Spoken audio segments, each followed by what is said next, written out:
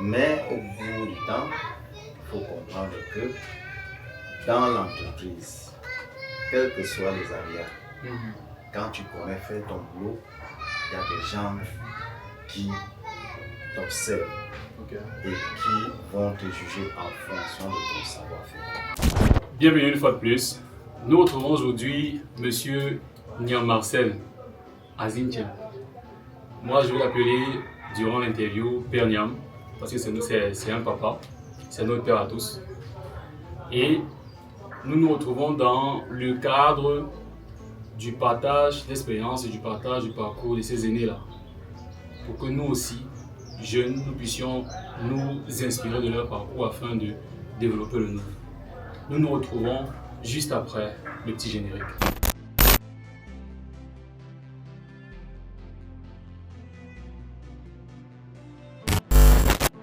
Alors, bonjour Peignot. Bonsoir. Ok. Je vais te laisser le soin de te présenter pour... Moi, je te connais déjà. Je vais te laisser le soin de te présenter pour toutes les personnes qui sont appelées à suivre le parcours que tu partageras avec nous. Ok, moi c'est Niam Azinchem Marcel, fils de Azinchem Magloire. Je suis mécanicien de formation, actuellement responsable de formation en charge de la partie technique à Simecam depuis février 2025. Le poste que j'ai jusqu'à ce jour. Donc déjà ici, l'invitation c'est plus pour partager sur le parcours parce qu'il faut dire que aujourd'hui, lorsqu'on parle de Peignot, c'est quand même un peu plus de 30 ans d'expérience en industrie. 34. Voilà, c'est 34 ans. 34 ans, c'est énorme. Déjà que aujourd'hui, il y a la génération qu'on qualifie de génération Z est plus appelée à quitter pour des meilleurs horizons parfois qu'on ne maîtrise même pas. Donc, on va essayer déjà de te laisser nous partager un peu ton parcours. Donc, on aimerait bien savoir qu'est-ce qui t'a poussé à choisir le domaine dans lequel tu fais. Parlant du domaine dans lequel j'exerce actuellement, il faut dire que ça n'a pas été un choix au départ. Oui, je me suis retrouvé là-bas par le cours de la vie. Si je vous parlais déjà de mon parcours scolaire, vous allez beaucoup plus comprendre pourquoi. Parce que je commence au secondaire par l'enseignement technique où j'ai fait la fabrication mécanique. Et puis, compte tenu des difficultés du pays, où on n'avait pas beaucoup de lycées techniques, on n'en avait que 2. Là, si, il faut se situer, ça, c'est un peu dans quelle année, on parle de quelle année? Parlons des années 84, parce que c'est en 84 que j'ai eu mon CEP et puis je suis allé dans un collège technique. Donc c'est dans les années 88, après l'obtention de mon CAP, que j'envisage d'intégrer le secondaire. Et malheureusement, on n'avait que le lycée technique de Massy, voilà, Bonabéry et Garoua. Puis on avait un établissement privé en Ndongé.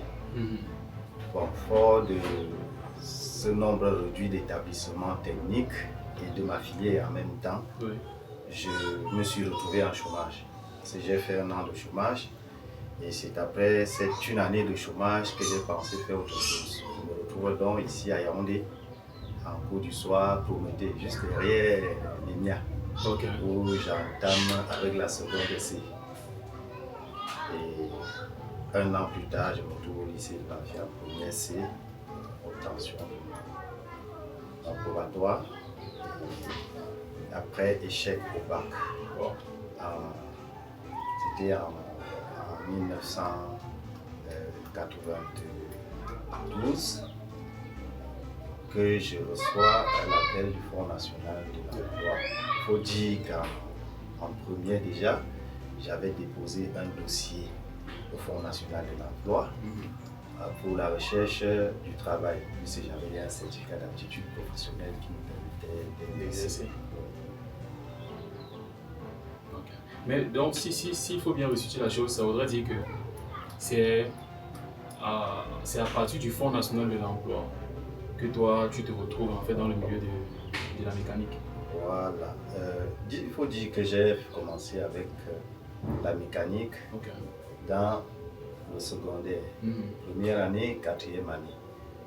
Et j'ai un peu abandonné la mécanique plus tard. Donc quand je vais faire les tests même dans l'entreprise où le Fonds national m'a envoyé, c'était dans le domaine mécanique parce qu'on cherchait des mécaniciens. Donc le Fonds national m'a repéré, ils m'ont donc dirigé vers les cimenteries du Cameroun. Voilà où j'ai passé avec succès les tests de sélection et j'ai été retenu pour aller travailler à Figuier. Donc là on retient clairement que là, c'est grâce au Fonds national de l'emploi que tu es repéré pour commencer avec les cimenteries du Cameroun. Exact. Ok. Donc, globalement, à ce moment-là, est-ce que tu avais déjà une certaine appréhension du milieu industriel dans lequel tu te retrouves, ou bien lorsque le Fonds national t'appelle, c'est à ce moment-là même que tu te rends compte qu'il y a peut-être le milieu industriel même dans le pays? Il faut dire que je connaissais déjà qu'il existait des industries. Parce que lors de mon chômage, j'ai passé toute cette année là, voilà, à me balader vers les zones industrielles, à chercher le travail. Donc je cherchais à travailler. Malheureusement, avec la conjoncture de l'époque, les années 87-97 par là, c'était très difficile. Donc je n'ai pas pu trouver le travail. Et c'est le Fonds national, donc, par le biais de ces dépôts de dossiers, qui me repère et me trouve une issue à Sinecam. Avec l'offre qu'eux ils ont eu, enfin à travers le besoin qu'eux ils ont. Voilà, Sinecam avait besoin de mécaniciens au Figuier. C'est comme ça qu'ils m'ont repéré. Il faut dire que je ne peux pas te dire que la mécanique qu'on fait au premier cycle est vraiment en relation directe avec ce que tu vas aller apprendre en industrie. Parce que je me souviens quand je faisais mes tests, on m'a mis devant un ventilateur, c'est-à-dire quand je lisais ventilateur, moi je voyais nos personnes à la maison. Je n'avais aucune idée de ce que c'est qu'un ventilateur. Et c'est là que je découvre qu'on a des ventilateurs, des tubes de ventilateurs d'ailleurs. C'est à ce moment-là que je découvre ce que c'est. Et je vais vous dire, lors de cette partie pratique, parce que la théorie, elle était facile pour moi parce que j'avais déjà un niveau très élevé. Niveau terminal, c'est vous donner les tests comme les petits systèmes d'équation. Ça c'était d'un côté. Bon, après on est revenu en technique. On nous demandait les tolérances de forme et de position. Ok, donc là ce que tu décris, ça c'était le processus même pour l'évaluation de. Oui, ça c'est l'évaluation, il y avait une partie théorique, une partie pratique.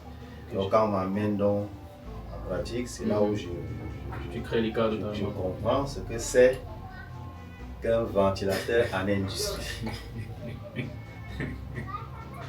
Ok, disons que en 34 ans quand même, il y a eu beaucoup de défis dans le parcours. C'est qu'il y a eu beaucoup de leçons aussi qui ont été tirées. Maintenant, si on te demande de manière générale, quels sont les défis que tu as eu à rencontrer durant ta carrière? Parce qu'en 34 ans quand même, il faut dire que tu en as vu. En fait, moi, le premier défi, quand j'arrive à Figuier, j'observe l'environnement. Bon, je regarde l'environnement du travail, le personnel, comment ils sont rémunérés, comment on les traite. Et on m'a recruté comme ouvrier. Et là-bas, être agent de maîtrise, c'était une prouesse. C'était comme quelque chose de précieux. Ok, donc ce qu'il faut situer ici, c'est que agent de maîtrise, c'était une catégorie à partir de la 7e catégorie. De la 7e catégorie en montant, agent de maîtrise. On nous a recrutés en 4e catégorie au départ. Et ensuite, on nous a envoyé, après les efforts, j'y reviendrai, on nous a recrutés en 4e catégorie B, ce qui n'était pas facile pour nous, pour nos lanceurs aussi. Donc là, nous sommes toujours des années 98. Nous sommes dans les années 92, 93. Wow. Parce que c'est en 93 qu'on signe un contrat de durée déterminée. Parce qu'il faut dire qu'au départ, on m'a recruté comme stagiaire pré-emploi. Un an après, on me prend comme cimentier, mais avec un contrat à durée déterminée.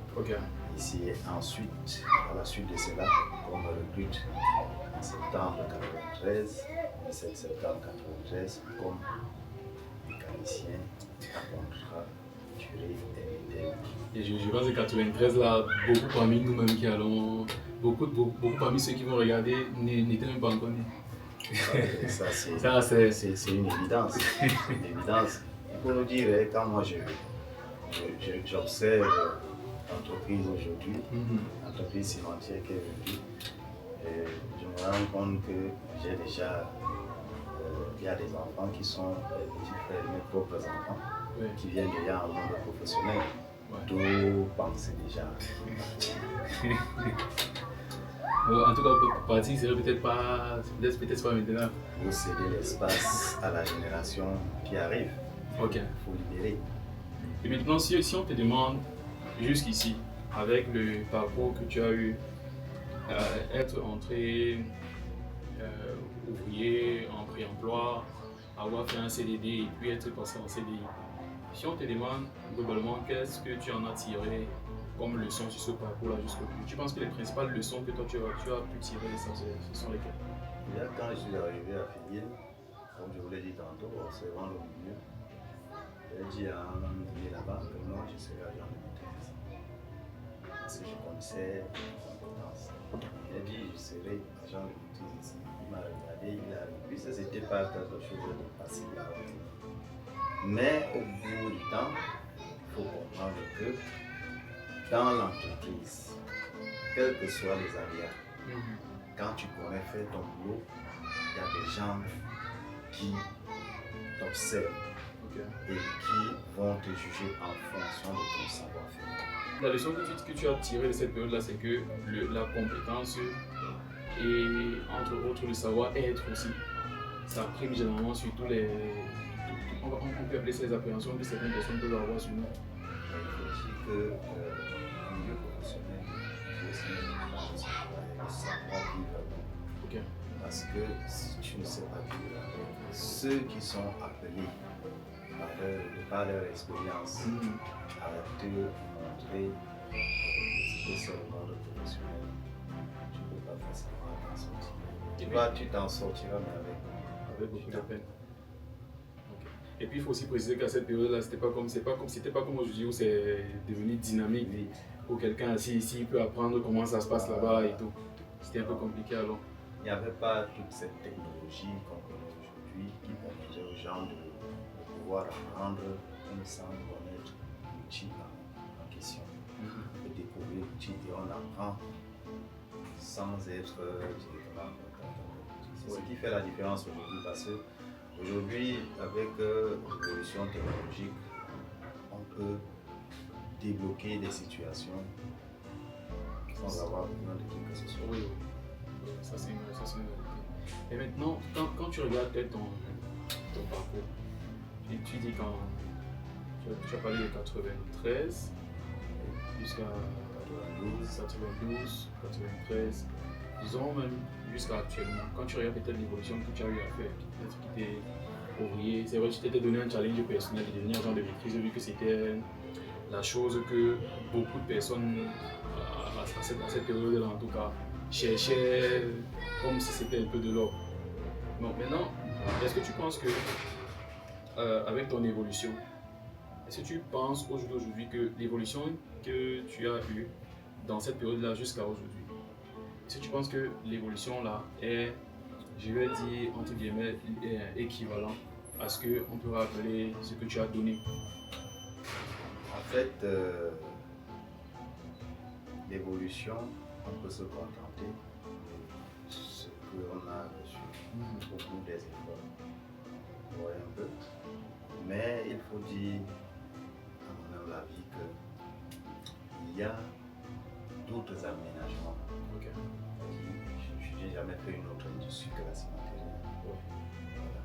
Donc, quand tu as duré dans une entreprise comme celle-là, je dis qu'il y a certains aménagements que l'entreprise devrait faire à l'emploi de ceux-là qui ont été fidèles au bout de plusieurs années. Vous voyez, vous comprenez un peu ce que je veux dire. Aujourd'hui, bon, tu as plafonné le carré des agents de l'entreprise. Tu l'as plafonné, mais après quoi, il n'y a plus de challenge. En même temps. Il n'y a plus de challenge. La société devait de temps en temps faire n'importe quoi. Comme il existe des choses comme dans le cadre pour certaines personnes. Ok, comme des gratifications, même Voilà. pour le temps de la loyauté en tout cas envers La l'entreprise. fidélité. Ok. Des petites gratifications comme celle-là vous booste encore davantage. Bon, la chance que l'entreprise a pour les gens comme moi, c'est que j'ai reçu gratuitement, je dois le reçu gratuitement. Donc je ne sais pas jouer à celui qui gagne ça. Ouais. Tu penses que le fait de faire 34 ans, que comme toi tu as pu le faire là, tu penses que ça repose a priori sur quel genre de base? La question qu'on devrait plutôt se poser, c'est faire 34 ans dans une même entreprise, est-ce qu'on a atteint ses objectifs?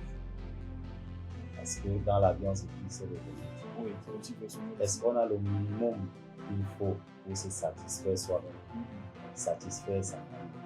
C'est la question qu'on se pose.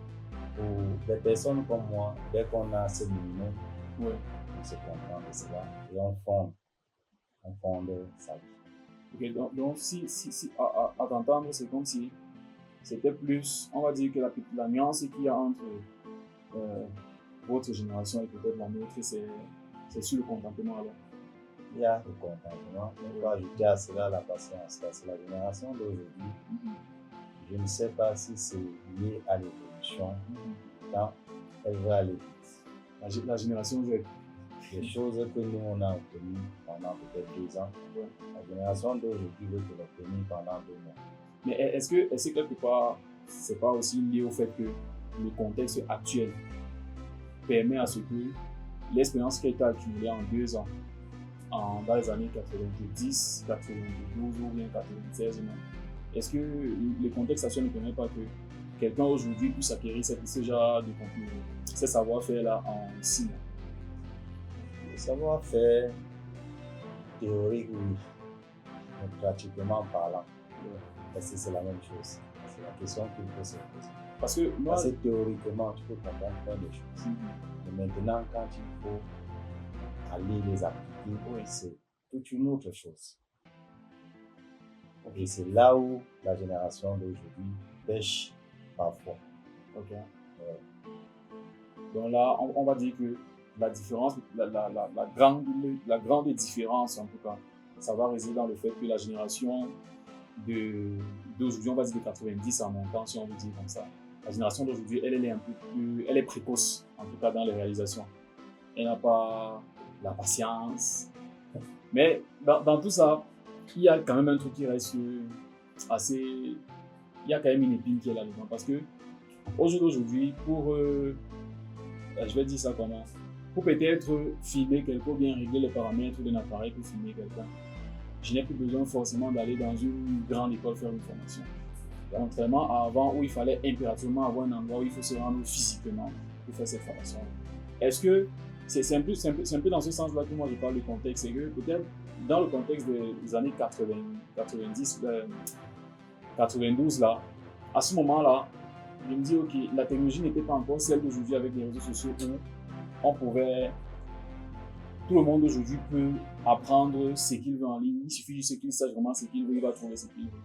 Maintenant, il peut prendre, il voit comment ça se fait, et puis il essaie de pratiquer. Ça, il n'a pas forcément besoin d'aller tous les jours pratiquer la chose. Parce que parfois, en regardant ce qui a été fait, en essayant, on regarde encore, on essaye, à la fin, finalement, on finit par se peaufiner. Et ça peut prendre, grâce à la technologie, ça peut prendre moins de temps.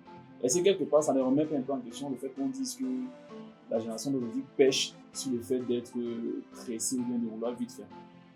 Ce que je peux dire par rapport à cela, c'est que la réalisation d'une autre personne, la pensée d'une autre personne n'est pas ta pensée. Oui, ça c'est vrai. C'est un copiage. Mais est-ce que tu es sûr que tu vas copier à 100%? Les réseaux sociaux sont certes là. Il y a tout dedans. Mais il faut savoir tirer du bon des réseaux sociaux. Et pour savoir tirer le bon des réseaux sociaux, il faut avoir cette esprit de discernement et de compréhension. Parce que si tu ne comprends pas, tu vas vers la dérive. Ce que moi je pense, c'est de créer soi-même son environnement. Pour moi, c'est l'idéal. Pouvoir créer soi-même ses activités, ses propres activités. Et peut-être s'inspirer de temps en temps des autres. D'accord. Parce que copier pour l'autre, la copie parfois est mal faite. Vous voyez un peu? La copie est mal faite. Les conséquences sont parfois néfastes. Okay. Maintenant, si on revient, je vais prendre par exemple, dans le temps, les entreprises recrutaient par exemple tu as parlé en classe ouvrière, c'était carrément quatrième catégorie. La première catégorie jusqu'à la 6e catégorie. Voilà, donc la première à la 6e catégorie. Et aujourd'hui, on se rend compte que de plus en plus, les entreprises recrutent à un certain niveau, on va dire au niveau agent de maîtrise. Je vais te prendre un exemple simple. Quand moi, on me recrutait, on m'a recruté pas avec mon probateur. Ok. On m'a recruté avec mon CAP. D'accord? Aujourd'hui, pour le même poste, si tu n'as pas une licence, tu n'es pas recruté à ce poste. Il faut voir qu'il y a évolution de temps. Oui. Et on le ressent même dans l'évolution scolaire. Oui. Nos enfants aujourd'hui, moi, parfois, je me demande s'ils comprennent même ce qu'on leur dit à l'école. L'école est même facile aujourd'hui. Moi, quand je regardais un exercice, par exemple, quand je faisais terminale, quand tu regardais un exercice, tu avais l'impression qu'il y avait un peu de la magie dedans. Parce qu'il y avait plein de paramètres qu'on te cachait. Aujourd'hui, quand tu entres à l'école et que tu as maîtrisé les classes inférieures, oui, c'est difficile que tu ne maîtrises pas les classes supérieures. Oui. Avant, ce n'était pas le cas. Avant, on te posait un jour, j'étais dans un bar, chez moi à Bafia, j'étais en congé, je buvais une bière, et c'était même quelqu'un qui a fait la même série que moi. Je lui ai dit, oui, la série C, je lui ai dit que j'avais eu un exercice où on nous demandait de démontrer que x au carré est égal à x. Okay. Il me dit c'était dans quel chapitre. Je lui dis c'était dans les lois de composition interne. Dans la loi de composition interne, c'est démontrable. Tu prends l'eau ici, tu prends l'eau ici, tu mélanges et ça te donne l'eau, non? Mais lui m'a dit ne dis plus jamais ça, là où il y a les gens. C'est parce qu'il n'avait pas compris. Or, il était mon aîné. Il a peut-être fait plus difficile que moi. Ouais. Moi, c'est l'époque de la collection Monge. Quand tu traites un exercice dans la collection Monge aujourd'hui, même chapitre, quand tu vas dans le nouveau manuel d'aujourd'hui, tu cours. Tu cours. C'est pour dire que, en fait, l'école aujourd'hui a perdu un peu de sa matière grise. Mais ça sans vouloir couper peut-être. Hein. Mais est-ce que c'est pas plutôt l'école est devenue plutôt un peu plus objective? Pour certains, il y a des gens, moi par exemple, si j'ai appris quelque chose, je suis capable de le transférer à l'autre. Okay. Pour beaucoup de personnes, ce n'est pas le cas. Parce que quand on essaie de regarder, peut-être qu'on allège certaines choses dans les programmes de cours. S'il faut juste parler de ce côté-là, on allège peut-être certaines choses parce qu'on voudrait que l'apprenant soit un peu plus orienté sur ce qui pourra aider directement. On n'est plus trop au moment où on voulait forcément que quelqu'un maîtrise tout ce qu'il y a à maîtriser, même si ça va pas. Pouvoir aider directement là, ce n'est pas le cas dans nos cas. Quand un jeune ingénieur arrive chez nous aujourd'hui, rares sont ceux-là qui ont la maîtrise du sujet. Il y a peu qui maîtrisent. Il faut qu'ils soient forcément tenus par la main et être accompagnés. Les basiques, je parle des basiques. Je ne parle même pas de la chose en profondeur. Ce que nous, on demanderait à nos dirigeants aujourd'hui, ceux-là qui ont en charge de la gestion de l'école, qu'ils essaient de mettre un peu d'ingrédients. Qu'ils arrêtent d'être génériques. C'est-à-dire, tu formes quelqu'un pour un métier. Okay. Il faut que, partant de là, qu'il soit actif. Capable de faire. Capable de faire. J'ai été sidéré un jour, quand j'étais à Figuil, de voir un étudiant 4e année, polytechnique marocain, gagner un marché d'installation de lutte contre l'incendie à Figuil, alors qu'on a des polytechniciens au Cameroun. On va essayer de revenir sur le cadre professionnel là. Parce que là, il faut dire qu'on s'en est un peu éloigné. Maintenant, quand comme tu as embrayé par exemple sur le cas des recrutements d'ingénieurs, des ingénieurs. Ok. Selon toi, aujourd'hui, quand tu essaies de regarder le recrutement d'un ingénieur, parce que l'ingénieur qui est recruté, lui, il vient et il est, je vais dire ça comment, c'est lui qui est appelé à gérer les agents de maîtrise. Ok. Quel est ton regard en tout cas par rapport à la génération d'ingénieurs de maintenant et ton regard sur celle d'avant, de votre génération? En fait, le commun que j'ai d'abord retenu de toutes ces personnes-là, c'est ceux qui se sont en sortis, c'est ceux qui ont su se rabaisser. Ok. Parce que le gars, il vient, il a l'esprit ouvert. Oui. Tu vois, il a l'esprit ouvert. Il va vite évoluer devant les situations, devant l'apprentissage. S'il ne se rabaisse pas, redevenir comme le simple petit, bien qu'il soit chef, il ne va rien apprendre. Mais pour ceux qui ont su se rabaisser, ils sont très vite allés. Ils sont très vite allés. C'est-à-dire, je vais prendre le cas d'un de mes responsables du bureau de méthode. Il est aujourd'hui au Canada, mais il n'a même pas fait 6 mois au Canada pour être intégré dans l'ordre des ingénieurs. Quand il est arrivé à Figuil, même s'il fallait aller puiser l'information vers le plus petit ouvrier, il partait. Et ça, c'est pour un temps. Donc ça, quand il réjaillit, personne n'a plus son niveau. Hein. Ok, donc là, en fait, ça c'est la recommandation. En tout cas, que toi, ça c'est ce que toi tu recommandes. Lorsqu'on a recruté un jeune ingénieur, lorsqu'il arrive, il faudrait vraiment qu'il prenne sur lui de commencer en bas. Qu'il laisse ses épaules d'ingénieur, qu'il comprenne qu'il a un temps pour apprendre.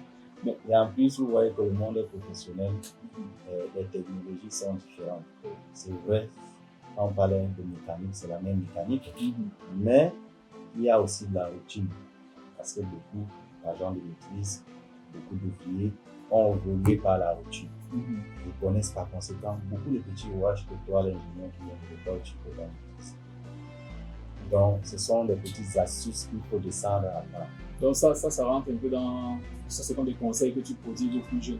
Ouais. Là, il faut, lorsqu'on recrute quelqu'un, peu importe à quelle classe il a été recruté, il faudrait qu'il apprenne lorsqu'il commence à commencer en bas. J'ai même renchéri cela en disant, chez les autres, ça, je parle de chez les autres, je vais parler de l'Europe, je vais parler de certains pays en Afrique, quand on te recrute comme ingénieur, tu n'as pas perdu ton titre d'ingénieur. Tu es ingénieur, on te paye comme on doit payer un ingénieur. Mais tu vas commencer par le bas échelon.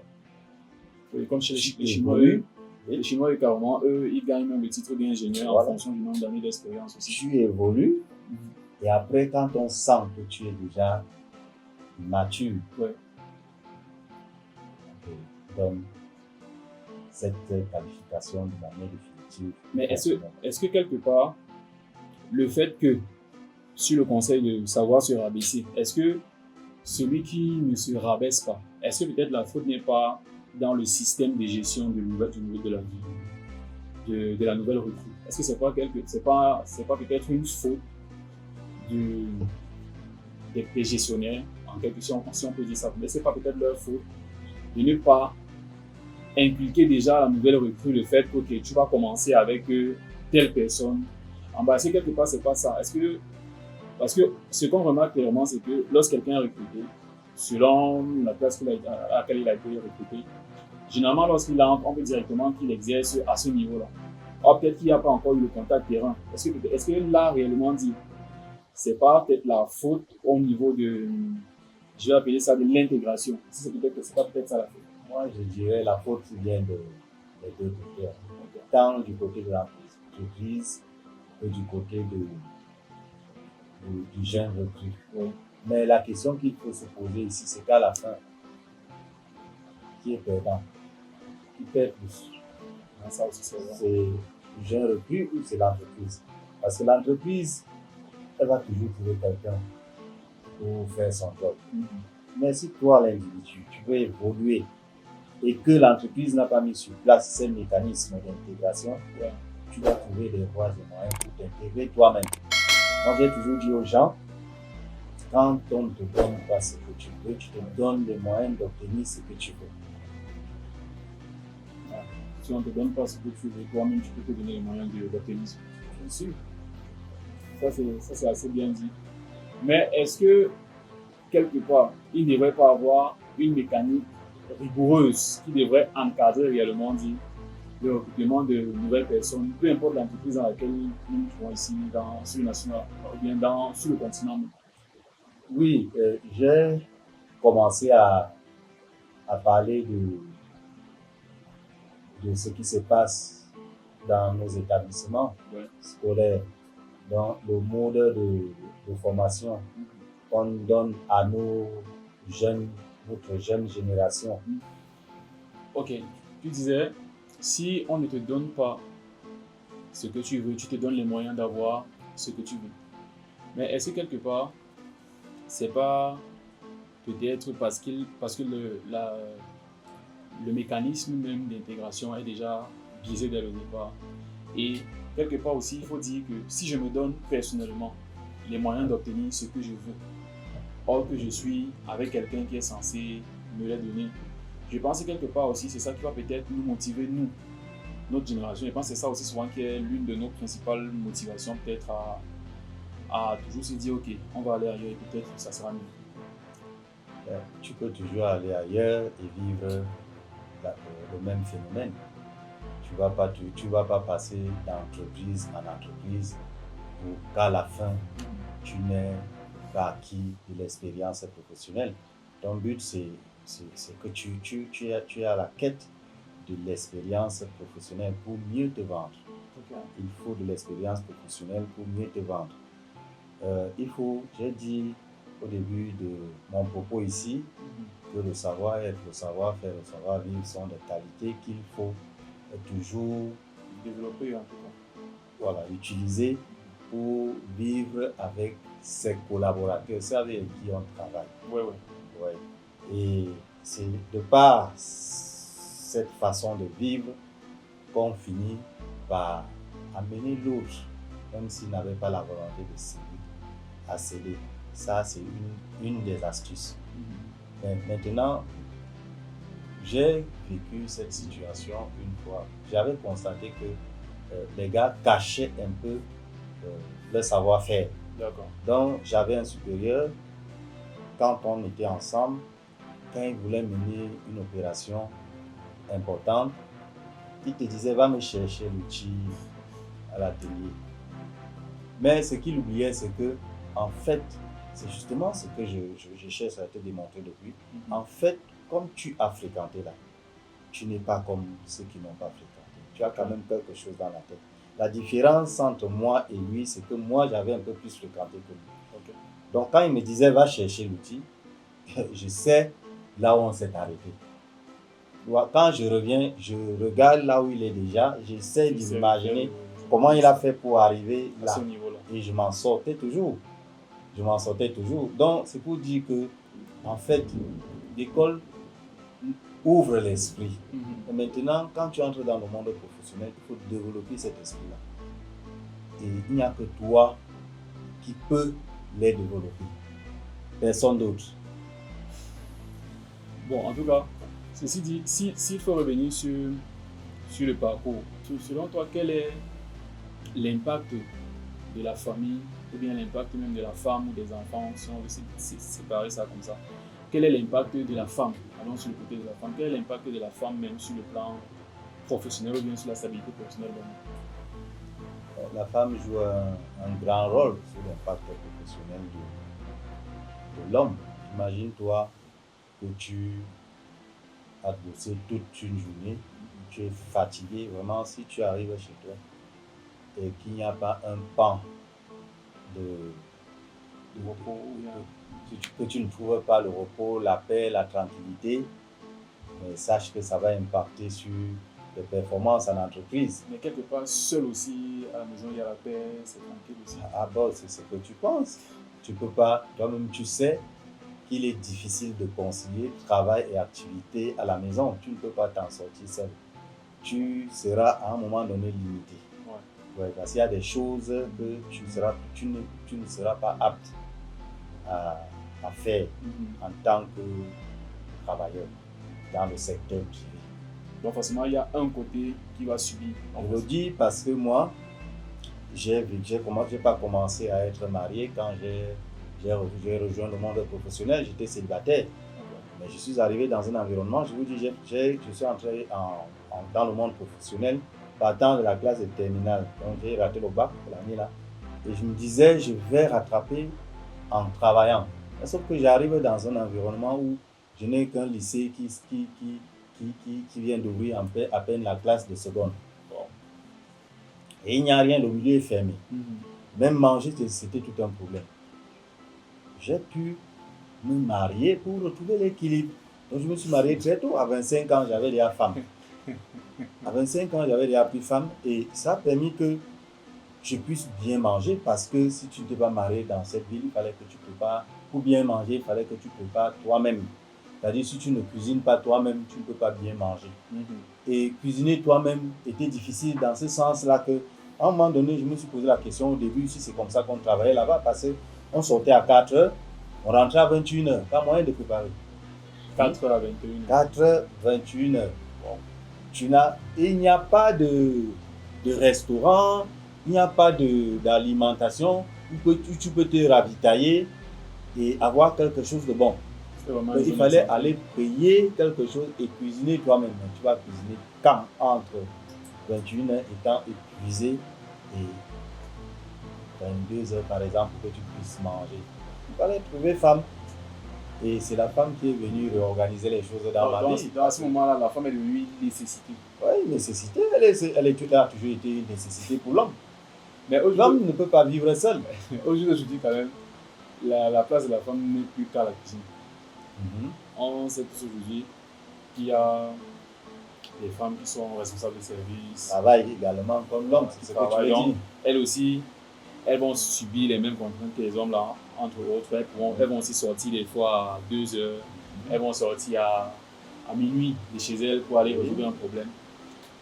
Est-ce qu'à ce moment-là, est-ce que tu penses que toi, ou bien est-ce que tu penses que ces femmes-là, c'est pas parce que le contexte aussi, il faut dire le contexte est devenu un peu plus. Avant, on pouvait louer une maison peut-être à 30 000, 50 000. Mais aujourd'hui, la même maison peut coûter facilement dans les 120 000. Donc il faudrait peut-être qu'aujourd'hui, les conditions étant encore un peu plus difficiles, les deux partenaires sont appelés à sortir, se battre et rentrer. Alors est-ce que tu penses que ça se passe? S'il faut dire que la femme, peut-être, il faut juste regarder le pan où elle vient réorganiser la maison et cuisine. C'est pas dans ce sens. Il faut comprendre une chose. Là, on est en train de réfléchir comme des humains. Okay. Il faut comprendre que notre Créateur a donné certaines forces à la femme que toi-même, l'homme, tu ne peux expliquer. Parce que généralement, on se fatigue tous, mais c'est elle toujours la première à vouloir faire plus. Ouais, c'est vrai. À vouloir faire plus. Elles ont été créées comme ça. Elles ont une force cachée que nous, les hommes, il suffit juste de savoir exploiter. Parce que quand on sort ensemble du boulot, on se retrouve à la maison, c'est la femme qui commence à réfléchir. Qu'est-ce qu'on va manger? Est-ce que l'homme réfléchit à cela? L'homme ne réfléchit pas à cela. Donc, les femmes, vous êtes importants. Non, la femme a une place. Moi, j'ai toujours dit à mes frangins qui rejoignent le monde professionnel que vraiment, tu ne t'es pas marié hier parce que tu n'avais pas. Une fois que tu commences à avoir, il faut prendre femme. Et quand tu prends femme, tu es mieux organisé. Tu es mieux organisé. Maintenant, s'il faut... c'est quoi, pour toi, qu'est-ce que la venue de tes enfants a apporté dans ta... Je vais dire ça comment? Dans ta dynamique professionnelle aussi? Qu'est-ce que ça a apporté? Bon, la venue des enfants, c'est déjà cette fierté que l'élan que tu as impulsé ne s'arrêtera pas à ton niveau. Après toi, il y aura une continuité. Les enfants pourront faire des choses peut-être même mieux, plus grandes que ce que toi tu as eu à réaliser, les actes que tu as eu à poser. Et si tu restes célibataire, singleton, comme on le dit le plus souvent, mais c'est que tu es en train d'envisager déjà la fin du monde. Parce que quand tu partiras, ça s'arrêtera là. C'est pour ça qu'on pense faire des enfants aujourd'hui, pour qu'ils puissent prendre de la relève. Imagine-toi non seulement qu'ils puissent prendre la relève. Imagine toi, tu as fini ta carrière, tu as pris ta retraite, tu es déjà vieux, célibataire, tu n'es plus actif comme tu étais quand tu étais jeune. Ouais. Comment tu vas t'en sortir? Mais bon, aujourd'hui, quand même, je pense qu'il y a un certain nombre de choses, un certain nombre d'organismes qui sont en place pour pouvoir s'occuper des personnes âgées. Bon, je me dis que quelque part, ce sont des sujets aussi qui sont déjà un peu encadrés. Oui, il y a des organismes qui s'occupent des personnes âgées, mais est-ce que ces personnes âgées se sentent à l'aise ou pas? C'est la question qu'il faut se poser. Parce que moi, j'ai connu un frère en crise, c'était un retraité de la banque, qui a fait sa vie, il a fait ses enfants, mais après il s'est séparé de son épouse. Oui. Chacun vivait de son côté, mais après son épouse est partie en premier. Et après, lui il est resté, il est descendu ensuite à Douala, où il se retrouvait à dormir dans une chambre. Ni ses fils, ni ses filles, personne ne venait le rendre visite. Ces dernières paroles qu'il nous a faites quand il est décédé, c'était des remords, des regrets. Il avait besoin de cette chaleur humaine. Est-ce que c'est l'argent qui lui manquait? Déjà que seul, tu n'as plus de charge. Bien que ne serait-ce ta pension vieillesse pour supporter tout. Ouais. Mais le fait qu'il n'ait pas à côté de lui des personnes qui pensent seulement à lui, des personnes qui lui rendent seulement, ne serait-ce visible, c'est tout ce qu'il réclame. C'est problématique pour lui. Et donc, globalement, Donc, il faut comprendre que les personnes âgées sont des personnes vraiment très vulnérables et ont besoin d'une certaine assistance qui ne saurait être obtenue dans ces maisons de retraite. Donc, globalement, ce qu'on retient, c'est que la famille, ou bien si on veut séparer la femme, les enfants, la femme rentre un peu dans la vie du travailleur comme un stabilisateur. Les enfants aussi rentrent un peu comme un boost. Oui, il faut intégrer toutes ces personnes-là dans ce que tu fais. Toutes ces personnes doivent être intégrées. Si vous évoluez de manière divergente, vous n'allez pas ressortir quelque chose de sérieux. Mais si vous évoluez de manière convergente, c'est-à-dire vous venez avec les idées, ça converge, ça va donner naissance à quelque chose de sérieux. Maintenant, s'il faut regarder en 34 ans de service, tu as gravé les échelons, ok, tu as plafonné la case, mais maintenant, quelle est sur le plan professionnel la réalisation dont tu te sens fier? Quand j'étais sur les machines-outils, notre bulldozer à la carrière avait connu une défaillance au niveau de comment on appelle l'arbre transmission. Non, il y a un arbre là derrière, comment on appelle encore. Bref, il y avait une usure entre son logement et l'arbre lui-même.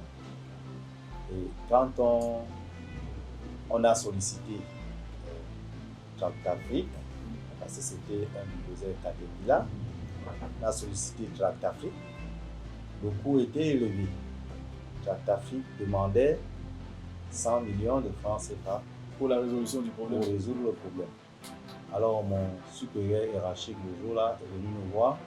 Il a demandé si on pouvait récupérer la pièce en question. C'était l'axe du Reaper. C'était usé totalement. Donc on a observé avec les machines qu'on avait à l'usine. On a repéré la perceuse radiale qu'on a carrément déplacée pour le garage parce que la pièce était volumineuse. Ouais. On a posé la pièce sans même la brider parce que ce sont des pièces qui pèsent. Ouais.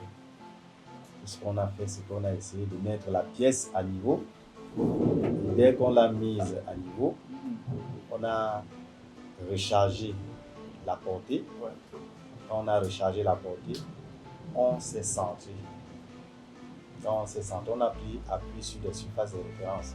Dès qu'on s'est centré, on a rectifié d'apporter et 100 000 francs. 100 millions 100 millions de francs sont rentrés dans les caisses de l'entreprise. Donc ça C'est fait une des réalisations. ça c'est quand même un gros CV. C'est assez gros. Parce que je pense que en toute une carrière, je ne pense pas qu'un employé puisse gagner 100 millions. C'est possible Enfin, de gagner 100 millions si on fait le cumul. Je veux dire, ouais, si on fait le cumul, on va dire que c'est possible. Mais je veux dire, en un coup, d'un coup comme ça, sauf peut-être en cas de licenciement avec une entente à l'amiable, mais même pour cela, il faudrait que ce soit une personne. Non, en un coup, C'est assez compliqué. c'est pas souvent le cas. Hein. Ce sont des cas rares. Ça existe, mais ce sont des cas rares. Mais maintenant, à ce moment-là, lorsque cela a été fait, lorsque le plan a été corrigé, c'était quoi la gratification de l'entreprise vis-à-vis de vous? Non, la gratification en tant que telle, il n'y en a pas eu une. Peut-être attendre la gratification annuelle, Ok. où on va peut-être valoriser ça. Ok. Une gratification par rapport à l'acte Ouais. posé à l'immédiat, non, il n'y en a pas eu. Il n'y en a pas eu. Maintenant, s'il faudrait sortir de la discussion qu'on a eue, quel serait en quelques temps ce que toi tu conseillerais à toutes les personnes là qui nous écoutent et qui vont s'inspirer peut-être de ton parcours? Parce qu'il faut dire aussi que cette façon de faire, comme nous sommes en train de faire là maintenant, c'est, disons, une nouvelle façon de communiquer. Parce qu'à la fin, on s'est dit, ça ne sert vraiment à rien de conseiller. Tout dépend souvent de soi-même. C'est pour ça que le slogan un peu est tout dépend de toi. Quelles seraient des leçons que toi tu as pu tirer? Que peuvent être les conseils que toi tu peux donner à ces personnes-là qui vont nous écouter? Le conseil, le tout premier, c'est d'être patient. Parce qu'avec la patience, on finit par obtenir même ce qu'on n'attendait pas. D'être patient, d'être travailleur, d'être focus ses objectifs. Parce que quand on vit, il faut se fixer des objectifs. Il faut te dire qu'après tel nombre d'années, je dois être à tel niveau. Et c'est ce qui manque beaucoup plus à notre jeune génération aujourd'hui, qui ne regarde qu'à l'avant, mais ne regarde pas à l'arrière. Souvent, moi j'ai dit, à un moment donné, tu t'arrêtes, regarde un peu ce que tu as fait et fais le bilan pour voir s'il est positif ou s'il est négatif. S'il est négatif, alors cherche à te réajuster. Ok. S'il est positif, ok, tu peux continuer dans le même temps, voire même l'améliorer. Donc c'est le conseil que je peux donner à la jeune génération aujourd'hui qui m'écoute. L'essentiel n'est pas de faire, comme j'appelle souvent, vagabondage d'entreprise. Ouais. On dit aller d'entreprise. Non, on peut faire sa vie en travaillant même dans une seule entreprise, comme c'est mon cas présentement. Oui, Ouais. c'est particulier. Ouais. Là, nous venons de terminer avec Père Niam, 34 ans d'expérience et avec l'espoir d'avoir fait ces 34 ans-là dans une seule entreprise. Ça, c'est quelque chose qui est extrêmement difficile à retrouver aujourd'hui. Nous espérons que vous avez pu tirer de cette conversation, ou bien de ce partage d'expérience-là, des éléments qui pourront vous accompagner à suivre votre propre parcours. Car, comme on dit, parfois, au lieu de donner un conseil à quelqu'un, il vaut mieux juste partager son expérience. Merci de nous avoir suivis et surtout, partagez avec les autres et abonnez-vous si ce n'est pas encore le cas. Merci.